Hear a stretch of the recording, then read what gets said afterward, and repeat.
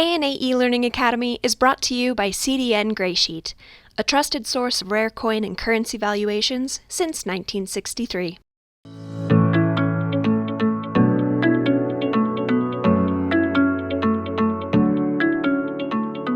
Thank you so much for joining us today with the A&A eLearning Academy.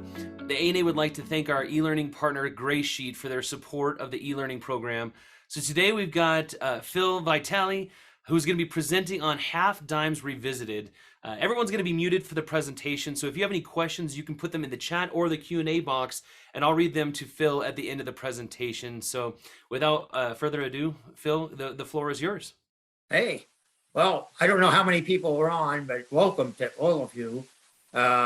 This is the stock eLearning Academy slide. Yeah, and this is me. So I'm Phil Vitale from the Albuquerque Coin Club. We're going to talk about half dimes. And this is the reverse of cat bust half dime. And I think it's absolutely beautiful, even without the toning. So we're going to talk about half dimes, not because they're easy to collect, but because they're hard.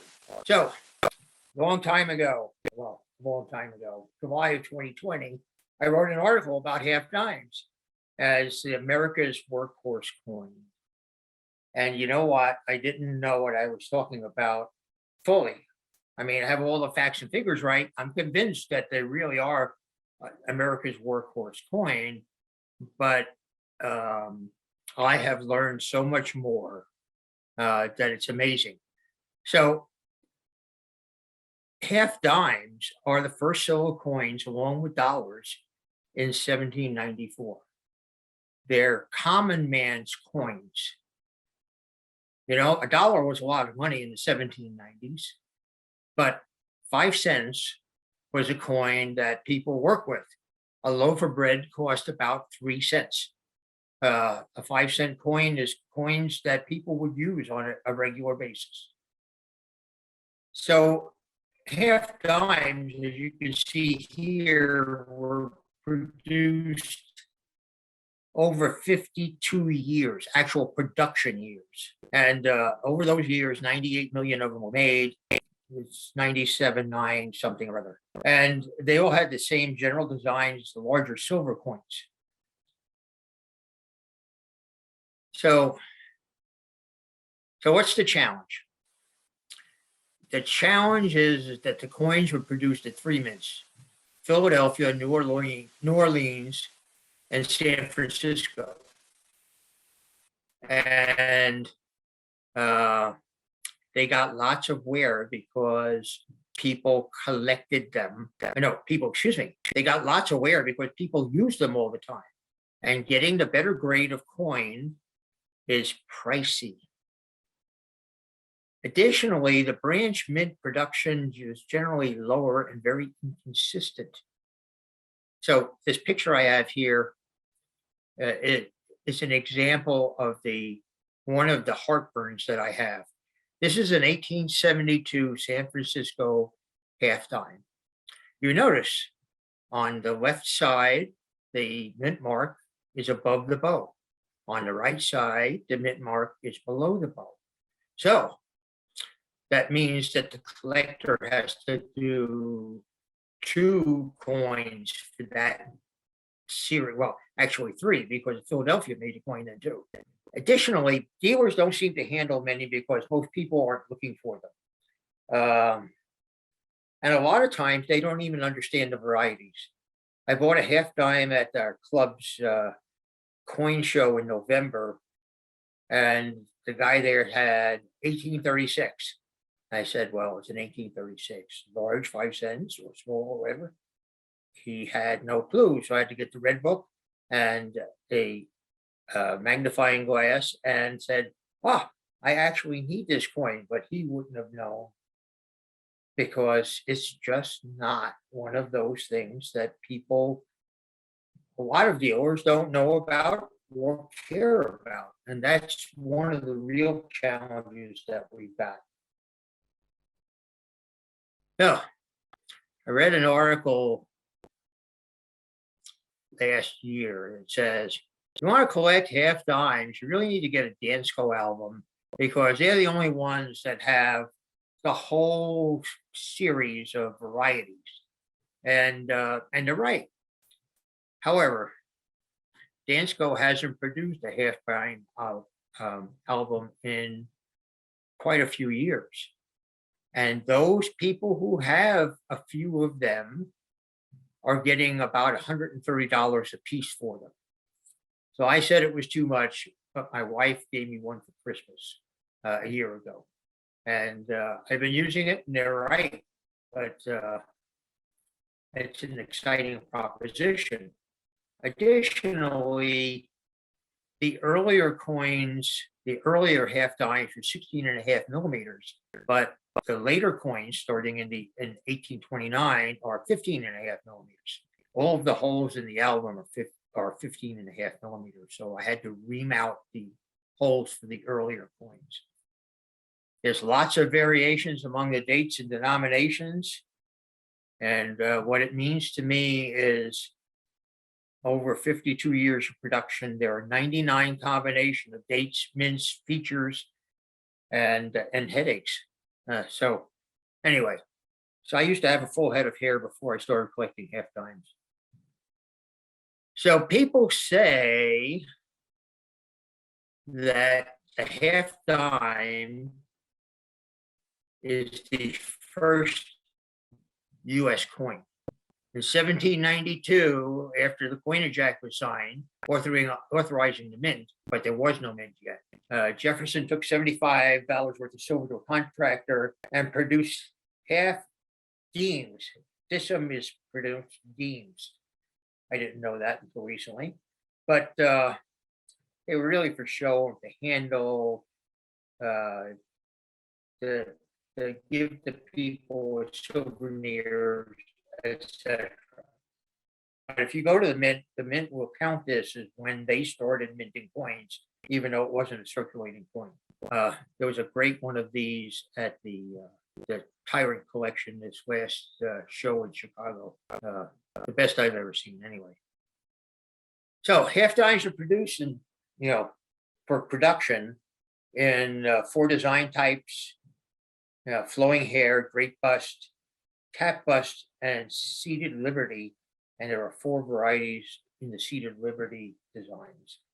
So we're going to go through them all anyway. Okay. The flowing hair design, everybody knows this. It's, I don't think the most beautiful design in the world, but it is distinctive. Robert Scott engraved it. I don't think he designed it, he engraved it. Actually, the 1794 half dime was produced in February of 1795. But if you want to buy a 1794 half dime, it's about 5 times as much as a 1795. So I've got a nice 1795, and I'm not going to go and spend 10 grand on a 1794. So 16.5 millimeters, as I told you before, just about 0.9 fine, and 1.35 grams. 86,000 may sound sufficient, but at the time these were made, there was about 3 million people in the 13 states. 86,000 doesn't go all that far. The drape bust design came out in 1796, and Gilbert Stewart, this was based on a design by Gilbert Stewart, and Robert Scott was the engraver. But of course, they made it in 2 varieties to match the larger coins of the era. The drape bust with the small eagle, and they weren't a lot produced, and the heraldic eagle reverse from 1800 to 1805. So they were also 16.5 millimeters and 1.35 grams. And they have some problems with the lettering on for Liberty. And I've looked at these, and I think actually the Liberty is, the B is up to the top of its cutoff. Anyway, it doesn't make any difference because there's another hole in the album for Liberty. And I have an 1800 brake bust. And there were only 24,000 of them made. And that is the most rare half dime that I own. Okay, then you have what I think is a really lovely design, the cap bust design, 1829, 1837.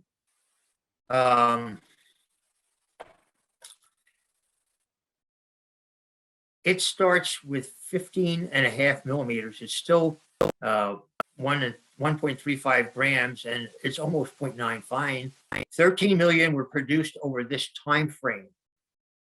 However, and the however is, you've got coins with small dates, you have coins with large dates, coins with small 5 cents called coins with large, and then there's one coin with a 3 over an inverted 3. And all of these are holes in the album. It's a beautiful coin, and there's variations. This coin is really, really nice, but you can see a die defect right here, and about half of the coins from that era have that defect. I'll call it a defect. I don't know if it's a crack per se or whatever it is, but it's just a little raised area in front of Liberty's face. So I've learned to love it. Okay. In 1837, now remember that the cap bust went to 1837 as well. In 1837, they started producing the seated Liberty half dime. And Christian Goldberg designed this, and it's 15.5 millimeter. And all three mints got involved, Philadelphia all the way through, and New Orleans until it was captured by first the Louisiana state government and then the Confederacy in 1861. And starting in 1863, San Francisco got involved. So there's 4 varieties of these guys as well as time went on. So the variety 1 has no stars on the obverse. It's 15.5 millimeters, 0.9 fine. It's not like before, 0.89, and it was produced at Philadelphia, New Orleans. And the New Orleans coins don't have the greatest strikes in the world. So there's no stars on the obverse, as I mentioned before, and the production was pretty good. Almost 1.5 million coins in those 2 years were produced.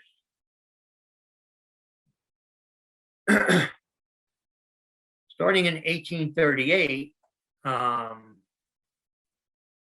we have another series of half dimes, and the difference here is the stars on the obverse. Now, if that was the only difference, that would make life happy. But you have drapery and no drapery. People say, what's drapery? Well, the gown on this one, you see, goes straight down. On the one with drapery, it comes off of the elbow and down. So drapery and no drapery are 2 different coins from the same years for a number of different years. This is a fairly good amount of years. And over those years, there were almost 22 million coins made.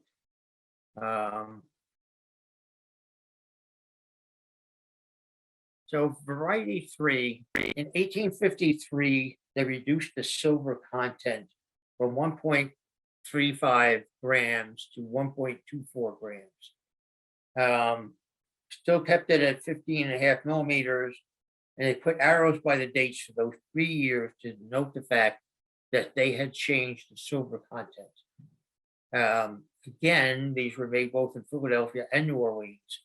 And in 1853, you have production with and without the arrows.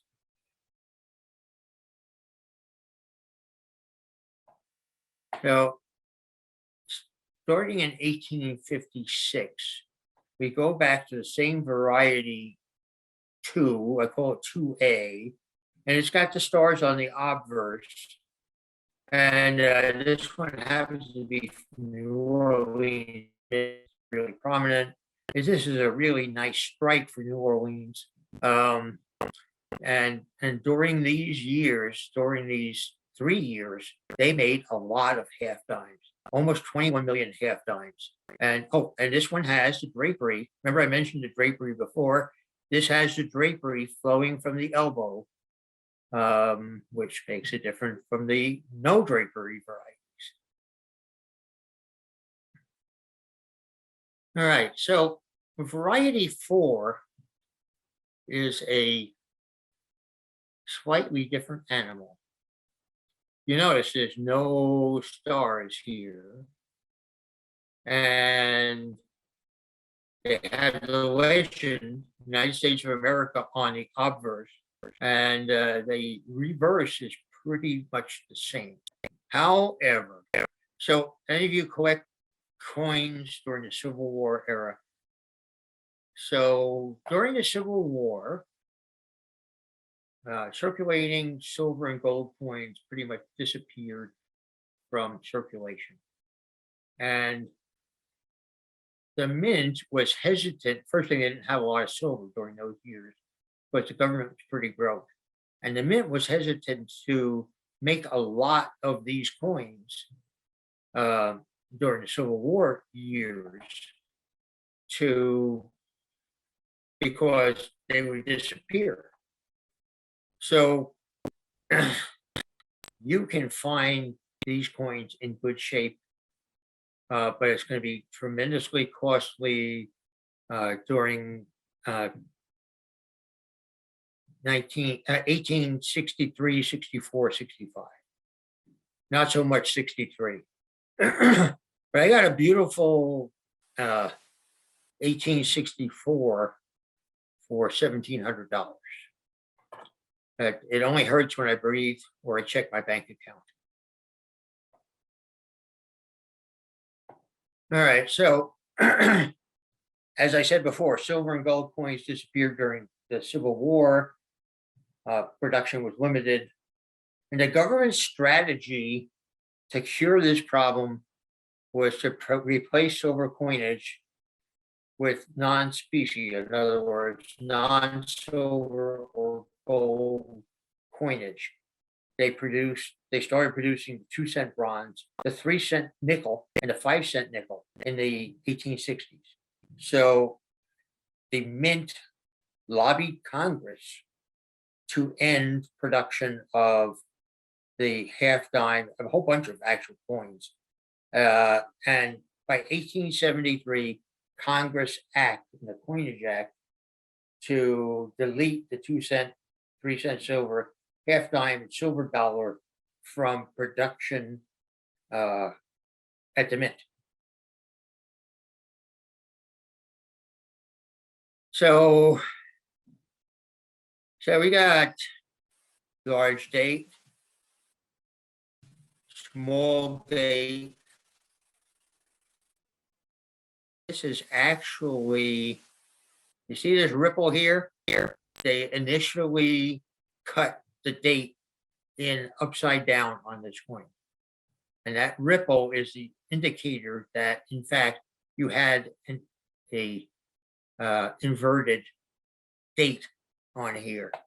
And here's that Liberty coins. I think that when they punched this, the R just was cut off, top of the R. But What do I know? To give you an idea, there are at least 6 other varieties of these coins over the years. It makes it really, really exciting, and it makes you check the Red Book and other sources on a regular basis. So, okay, half dimes, working man's coins. They were really a significant part of currency in the United States for a long, long time. Collecting half dimes is really challenging. This is a hunt. You just can't go, oh, and I didn't mention before, you can't buy most half dimes as certified coins. They do not exist. Most dealers sell them raw, and you just need to be careful about what you're buying. This is a page out of my Dansko album. I'm thrilled to so far have 56 holes filled. That's really quite an achievement. It's cost me, of course, the initial coins in 1795 and 1800, between the two of them are about $11,000 worth. So if you add another 11,000 to that for the rest of the ones that I have, that's where I am. Anyway, so questions. I feel that I went through that fast. I'm wondering if I left stuff out. We have some questions, Nathan? Sorry, I couldn't get myself off mute. I'm sure we're going to have some flood in because we've got quite a few people on the class. So let's give a moment. The Q&A is blind to you. I don't have any in there yet. But yeah, the floor is open for anybody who has questions that they'd like to pose in the chat or the Q&A section. Go ahead and take the time to do that right now, and Phil will do his best to facilitate the answers.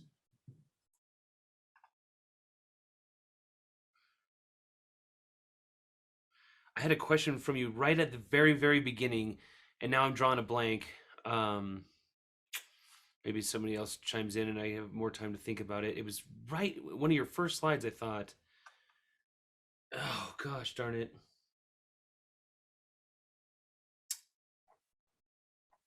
Yeah, I'm drawing a blank. Let's see here. First slide. What was it? So maybe it wasn't.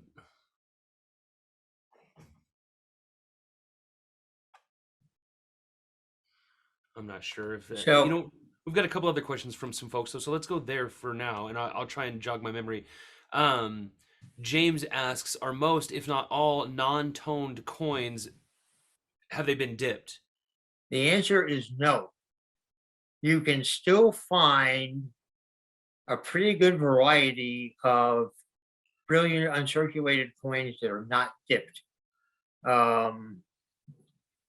I have about 3 dealers that I buy half dimes from, and you get some pretty good ones out there. Of course, it's going to cost you, but they're not been dipped. They've been preserved somehow. Oh, okay. So the second question I have is, what did the government replace silver with? You named 4, but I didn't get them down. Okay. So the bronze 2-cent piece, the silver, the nickel 3-cent piece, and the nickel in 1866.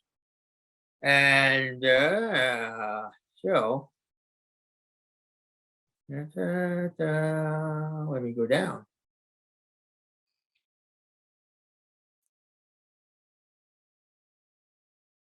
So hold on. I only named 3 things: 2-cent bronze, 3-cent nickel, 5-cent nickel. And that replaced a lot of them. So why are most half dimes not certified? Because number one, most viewers don't know what they're looking at.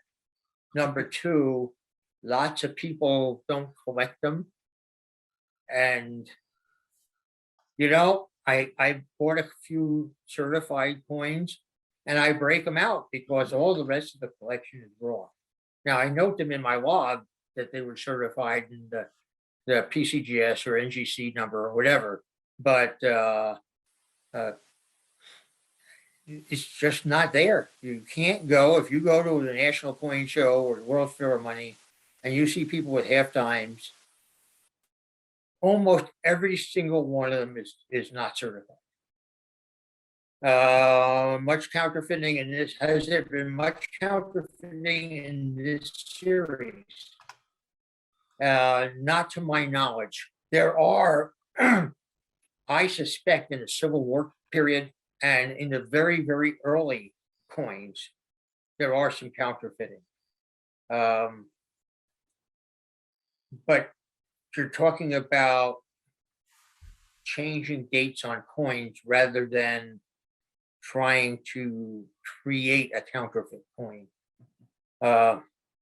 The Civil War series, it's a little dangerous. You have to be buying from a dealer that you know and trust, and you have to keep a sharp eye.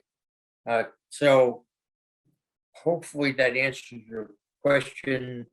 I'm not aware of a lot of counterfeiting in this because most of the coins you're dealing with are $75 to $400. It's not big bucks. The ones that are big bucks are liable to be counterfeited or actually altered rather than counterfeited. Add an O mint mark. The New Orleans mint coins always bring a premium, but usually it's more trouble than it's worth to counterfeit this series, except for the handful of really expensive ones. What else maybe do people want to hear? There's a couple questions over in the chat area. What year was the different Liberty that was found in the variety where it was the LIBERKY, or there was two different versions of it? What year was that? He's asking. So it was in the Drake bust, during the Drake bust years. Okay. And then, oh, sorry, go ahead. Yeah, so it was in the Drake bust years that those variations in date, and it was because I think it was the way that they were cut in into the coin. It was obviously a defect in the die when they were cutting in the words. Okay. So Logan and McCloskey is still a standard reference for half dimes, and it hasn't been replaced to my knowledge. I went looking. I didn't really find anything. There's a number of people who've written articles. There are periodicals on half dimes, but the reference text, to my knowledge, is still Logan and McCloskey. So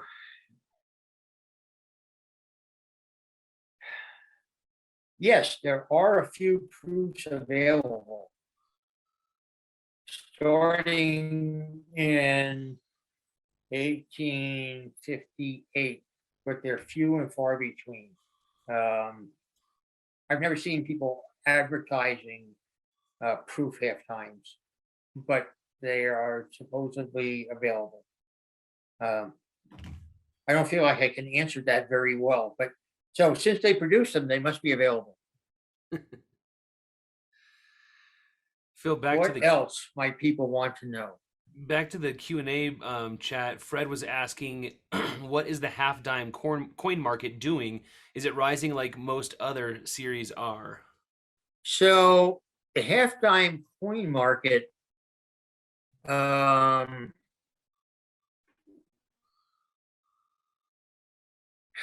is really a mixed bag. Fred, the more rare coins and the more pricey coins are continuing to go up. The average coins, EF and below, are going down. So If you just want to get coins and you're happy with very fines or very fines, you can get good deals on them. If you want EFAUs or MSs, especially the MSs, they're going up pretty high in value.